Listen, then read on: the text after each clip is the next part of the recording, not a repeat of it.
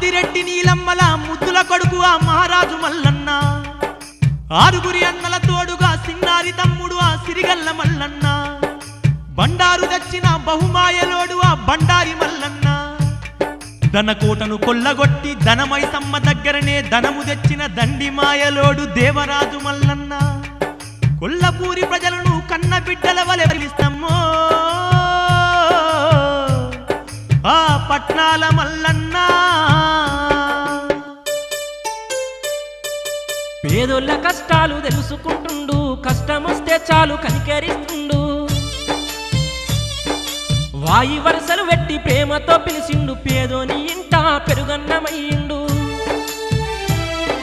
సిన్నోడు అయినా చిత్రాల మల్లన్న సిక్కు లేకున్నా రాజ్యమేలుతుండు. ఓయమ్మలాల మాయమ్మలాల కొమిరెల్లి మల్లన్న కథలెన్ను వినరే.